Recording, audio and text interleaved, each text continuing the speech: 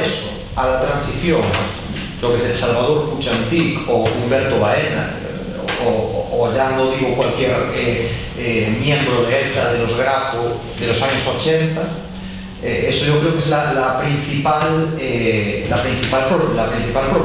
problemática, ya sin entrar en temas de discusión legal. Carmen. Sí, usted tiene problemas con galego, ¿no? No. Ah, no, vale, muchísimas gracias. No, porque me sale mellor, non é eso de todo, si non, pero bueno, é por unha cuestión de facilidade. Bueno, en primer lugar, eu quería agradecer muchísimo a súa charla, porque a parte de historiadora, pois eu me considero suxeto político deses e social deses a estudar, porque por edad, pois me tocou vivir todo eso, claro, na 150, entón, pois, é así de simple, non?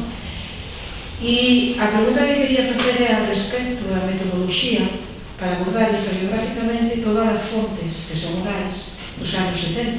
Porque, claro, collendo un universo tan pequeno como Galiza, os anos 70, hasta os 80 aí ben entrados, casi os 90 non paramos de manifestarnos. Eu, na miña vida, me manifestai tanto como se sabe. Todos, o sea, estábamos nas rúas permanentemente, porque estaba a Conversión Industrial, o movimento obreiro, donde as comisións obreiras tiñan unha parte, pero había moito outro. Estaba o movimento feminista, permanentemente na rúa, reivindicando que o espacio público era noso, para que fóramos poucas. Estaba o movimento veciñal, e eu compostera na norma de manifestarme no movimento veciñal permanentemente, simplemente para conseguir transporte público, xa non digo participación de outro tipo que despois se conquistou. As mulleres obreiras peleaban porque as fábricas non ficharan, por falar de charco. Pois todo eso que ainda vive todo o mundo, non só eu, sino todo o mundo, todas as persoas que foron autoras e suxetos de ese, necesitan para falar con elas oralmente, e eu algún traballo de historiador xa fixe, con mulleres moito máis maiores que esas, que xa morreron, por exemplo, para investigar como Galiza colaborou con o nazismo na época franquista, o régimen franquista colaborou con o nazismo, do Wolfram, por exemplo, que ainda agora se está empezando a falar de Juan. Pois todo isto necesita unha metodoloxía para que logo despois o estudio historiográfico teña unha certa, non veracidade, pero sí rigor histórico, como para que logo despois se poder interpretar. E falo dos anos 70. E Humberto Baena Alonso era unha niña. Era porque estudiamos xuntos nesta facultad e peleamos xuntos. O que pasa é que eu me fui para Francia e quedou aquí e pasou o que pasou. Era exactamente igual que a mí, porque fui unha amiga dele, compañeira, etc. Exactamente igual. O que pasa é que a evolución de determinadas actitudes te leva a comportamentos diferentes según en cada momento. A súa familia non lle permitiu seguir estudando a primeira vez que eles tiveron e quedou en Vigo, non pudo estudiar máis e se liberou daquela se chamaba liberar a pasar ao traballo político con Anestía, porque non se sellou. Vale? Porque o coñecí moi bien, non se perde. Perdón. Xa que era eso, non? Porque a mí como fonte me preocupa, non? Porque a memoria é verdad que a veces é moi selectiva e cando vamos pasando os anos moito máis. É complicado, porque é complicado. Paula. Posso falar Galego do Sul? Galego do Sul.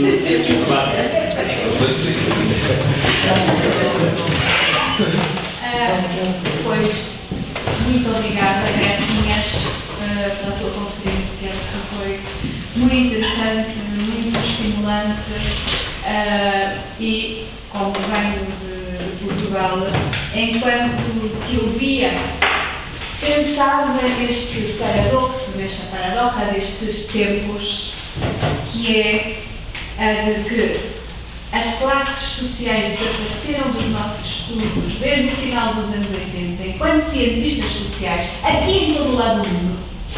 Na América Latina não, mas fizemos desaparecer as classes sociais e, em paralelo, também desapareceu o socialismo. Ou seja, parece que nós, enquanto cientistas sociais, implantámos o socialismo ao mesmo tempo que ele desaparecia dos estudos. Curiosamente, na Constituição Portuguesa continuamos a ter o socialismo sem problema, já tivemos muitas vezes a direita no poder e continuamos a ter o socialismo porque parece que não incomoda.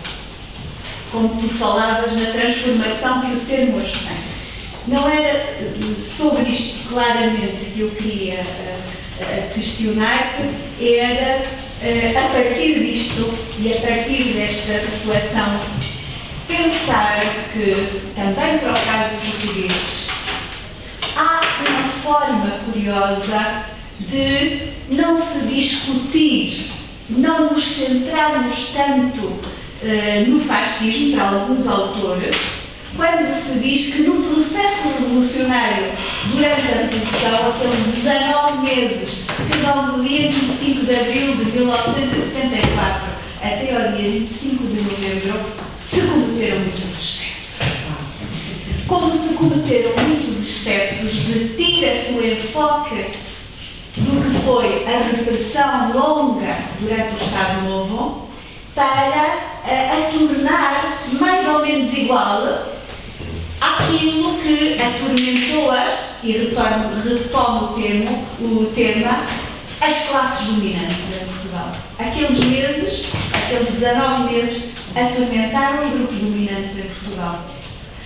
Aqui é curioso, e gostei muito, e foi muito estimulante na tua conferência, pensar que hoje, para interrogar 76, há que interrogar 36. Pergunto-me se isto não é, como nos diz Enzo Traverso, típico de um tempo que gosta muito de vítimas e as põe todas por igual, mas não gosta de revolucionários, nem de revoluções, nem de militantes. Este não é, de facto, esta não é uma característica deste tempo. E se este paralelo que eu tentei estabelecer entre Portugal e o que se passou deste lado da fronteira se pode fazer. O meu galego do Sul foi entendido.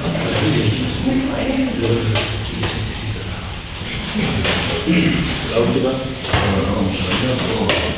Yo podrá también tengo dos privilegios de haber vivido con la franquista, la transición, etcétera, etcétera, ¿no? Yo voy a hacer plantear dos preguntas muy puntuales.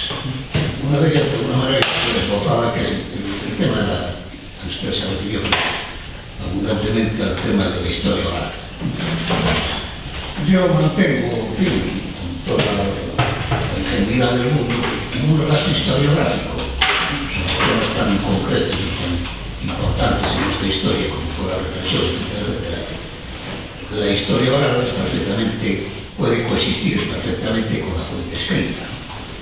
A veces, cuando hago este comentario, se me reprocha el riesgo que aporta, precisamente, que comporta esa historia oral, porque al no estar sostenida en la palabra, en los textos y tal, pues a lo mejor pierde una cierta virtualidad, que digo, no comparto, y al mismo tiempo se puede incurrir en riesgos de insinuaciones, etc.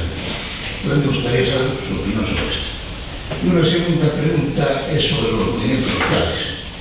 Es una figura que está muy estudiada en la teoría política, más que en la historia, en la ciencia histórica, ¿no? Entonces, en su opinión, que todos me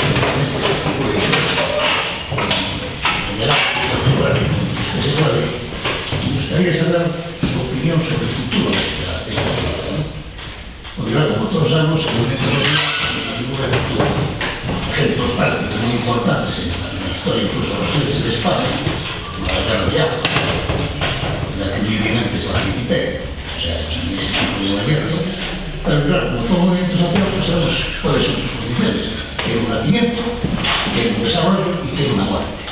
Nace, se desarrolla y muere. Entonces, me gustaría un poco su opinión.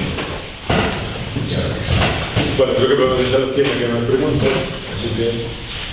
Bueno, aquí hay muchas cosas. A ver si dejo algo por me decís, ¿eh? Aquí se ha mencionado el tema de la cronología. Obviamente hay que hablar de la cronología, porque cada autor, pues, el criterio que tiene, implementa una cosa que para mí, técnicamente, la transición española fue una transición que duró mucho. No es como otras transiciones, hablamos del año 31, o hablamos de Portugal, lo que puedo conocer, son procesos mucho más rápidos. O sea que hay un tema de fondo, hay muchos años. ¿Hasta dónde llegamos? ¿Hasta dónde llegamos? En mi opinión, técnicamente, como digo, con las elecciones de junio del 77 y hasta la Constitución del 78, técnicamente esto está acabado.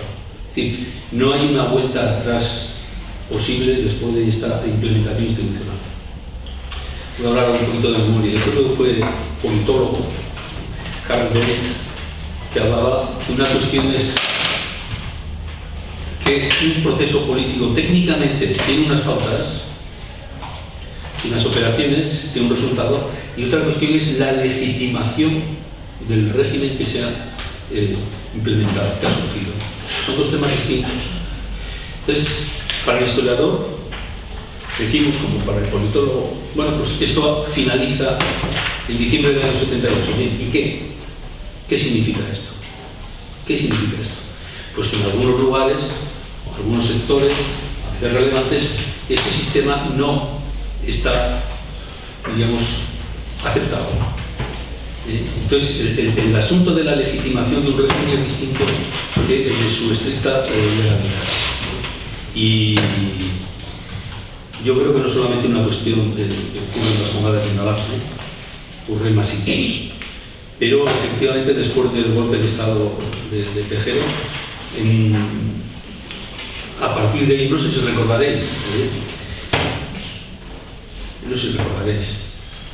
cuando era el Día de las Fuerzas Armadas o era la mástica del rey, hasta el año 81 no tenía ningún tipo de atractivo, porque yo recuerdo, claro, esto no es ninguna prueba de nada, es un poco una sensación de haberlo vivido, ¿no? Pero efectivamente, a partir del 23 de febrero del año 81, el rey y la monarquía sale hasta en la sopa, nunca mejor dicho, y comienza a haber todo se prodiga con un aparato que permite ir poco a poco legitimando el nuevo régimen, que se legitima en muchísimos lugares. Por lo de la cronología, yo creo que no es mala percepción el darse cuenta, yo lo veo así, de que es una transición larga. Es una transición larga. Y está promediada por cosas. Ahora, si queréis podemos hablar, pero el tema para alguien dice, bueno, pues las elecciones del año 79, las municipales, entonces este es el punto final. Bien. Pero efectivamente podían haberse hecho bastante antes. Entonces es una transición larga porque está preparada para evitar que haya disgustos como el de abril del 31. No sería mi particular cuestión. Pero la cronología, efectivamente, la técnica, por decirlo así, es así. Pero el asunto de la legitimación de la monarquía parlamentaria es una cuestión que va mucho más allá. En nuestro caso, bastante más allá.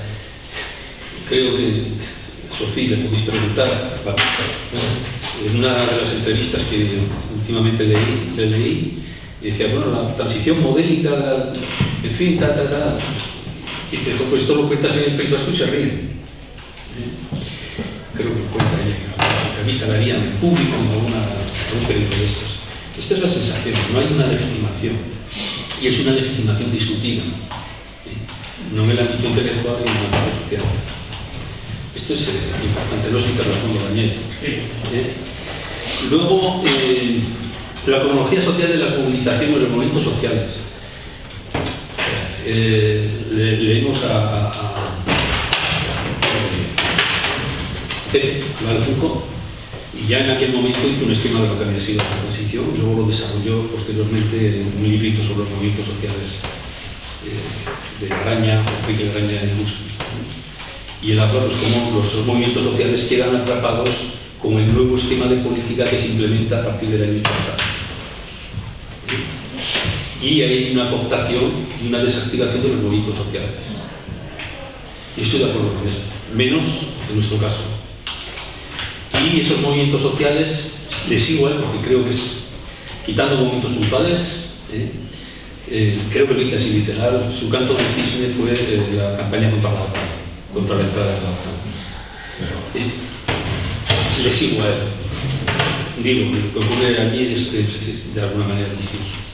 Pero efectivamente los movimientos nacen, yo por lo que conozco más del tema, fueron desactivados conscientemente. Hay que leer con mucho detenimiento el libro de Andrade. Conozco menos y tiene menos impacto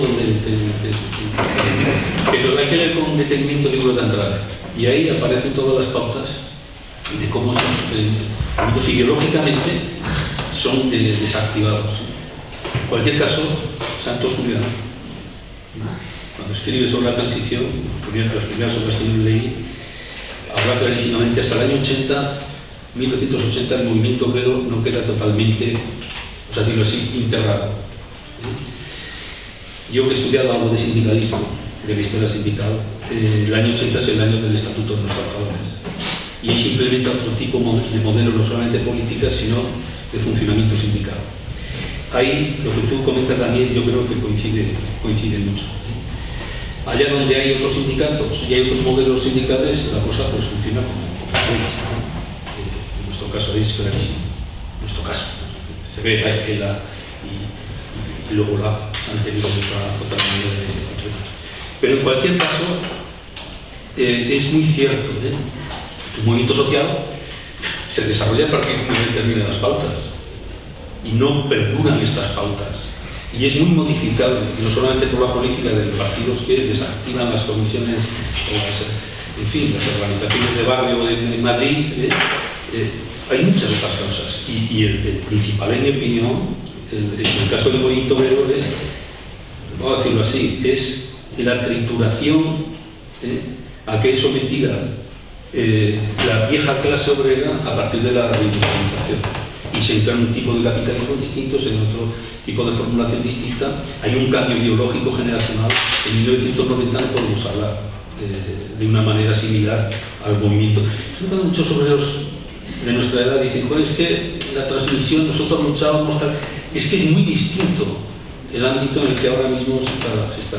Y las organizaciones, las que sean sindicales u otras, no lo han captado o no son capaces, siempre se va por detrás, para reordenar ese mundo del trabajo, pero no hay un predicamento. Hoy tienes unas divisiones dentro de la clase obrera tremendas. La gente que tiene trabajo fijo, la que no tiene fijo, esto lo sabéis vosotras perfectamente mucho mejor que yo. Entonces no es de extrañar que los movimientos sociales se declinen, por razones, como decíamos, de una, ha dicho Daniel, pero cooptación política. Vamos a hacer la política en otro grado, en otros ámbitos, pero eso es estudiado, y Andrade lo ha estudiado, pero ahí se lo dejamos, y en otros casos, pues porque en fin, es otro panorama. El movimiento ecologista en Euskal Herria, tremendo, hasta el año 82, 81, en fin, luego todo esto se desgaja de ese sujeto político, en fin, que más o menos políticamente había dado, digamos, paraguas a todo esto. Es un desarrollo que es que hay que investigar, no está investigado. El tema de los problemas, el 37 y 73, estamos totalmente de acuerdo. La investigación del año 36, para que sea potente y ha sido potente, requiere unos criterios, y los hemos elaborado, y así. La del año 76 requiere unos criterios, pero en sí mismo el fenómeno es muy distinto. O sea, la densidad, la intensidad, en fin, la expansión y la extensión de la represión mortal que hay en el año 36 al 44, es que eso efectivamente no lo he visto, ¿no? Y en nuestro caso de Galicia o de Navarra, en el año 36, por decirlo de alguna manera, el estudio de la represión no tiene problema, más que personas que son represaliadas. Pero te vas a Lleida, claro, este es el problema que nosotros encontraremos en la transición, víctimas. En fin, todo requiere criterios distintos. El tema de los victimarios que te he apuntado, no recuerdo muy bien, ¿decías algo de los...? No, que yo decía que creo que un criterio positivo para estudiar cualquier tema de violencia política es no centrarse, digamos, no analizar de manera moral a una víctima, sino considerarla solamente víctima porque ha sido victimizada, independientemente de lo que haya hecho para eso. Es que este es el gran tema, en mi opinión. Desde hace muchísimo tiempo la historia se ha etizado, si sirve esta palabra. Y con la ética no hay manera de entender por qué ocurren las cosas. Esta es mi opinión. Y todo lo que hay que hacer es desideologizar esa historia etizada y escribir una historia, en fin, pues claro. Había una frase ahí, os había traído de Santos Julián, las pocas cosas últimas que yo leí, en una conferencia que dio en la ciudad de Guinea, y que hablaba de liberar, porque es esta misma idea, creo que es esta misma idea. Y yo la he defendido a capa y espada en todos los sitios. O sea, con la ética no se puede entender el porqué de las cosas. No se puede entender. Es más, creo que nubla, dispersa. Dice Santos Julián hace 3 años, para manejar la herencia de el habla de la guerra civil, no hay que intentar que todo el mundo coincida. Lo que tiene que haber es un acercamiento en el que todo el mundo pueda exponer y cultivar su propia memoria. Una sociedad democrática tiene que acostumbrarse a cargar con todo su pasado. Os podría contar 1000 anécdotas al respecto, pero es que no hay forma. Si no reconoces que efectivamente hay 4.100 casos documentados de tortura, pues entonces no lo estudiamos porque... ¿Por qué? ¿Por qué no se va a estudiar? Este es el asunto. Esto bueno, si a usted políticamente le molesta, bueno, pues déjenos investigarlo. No, es que usted tampoco puede. Yo he solicitado la información del asesinato de Germán Rodríguez en la Plaza de Toros en Pamplona, porque he sido el encargado de hacer ese informe, y resulta que primero no le damos permiso. Segundo, nos lo vamos a pedir a tal distancia. Llega a tal distancia, baja, sube. Bueno, la última respuesta, que es, en fin, es un humor negro, Martín Villa dice, no, es que ese documento que usted pide no existe. Pero si usted lo leyó en la Comisión de Interior del Congreso. Entonces, no es posible hacer un acercamiento incluso a cuestiones tan grandes. Si hablamos del movimiento antinuclear, el 3 de junio de este año, hará el 40 aniversario que mataron a una chica que vino a Tudela en contra de la instalación de una central nuclear. No se puede estudiar. El caso de los asesinados en Montejurra, habló de nuestro caso, vosotros seguramente contaréis también, en Ferrol, todo ese tipo de cosas que han pasado. No se puede estudiar. Entonces, el criterio no es directamente político, sino que, en fin, hay que preservar el honor. Por eso hablo de la historia oral. Toda la historia oral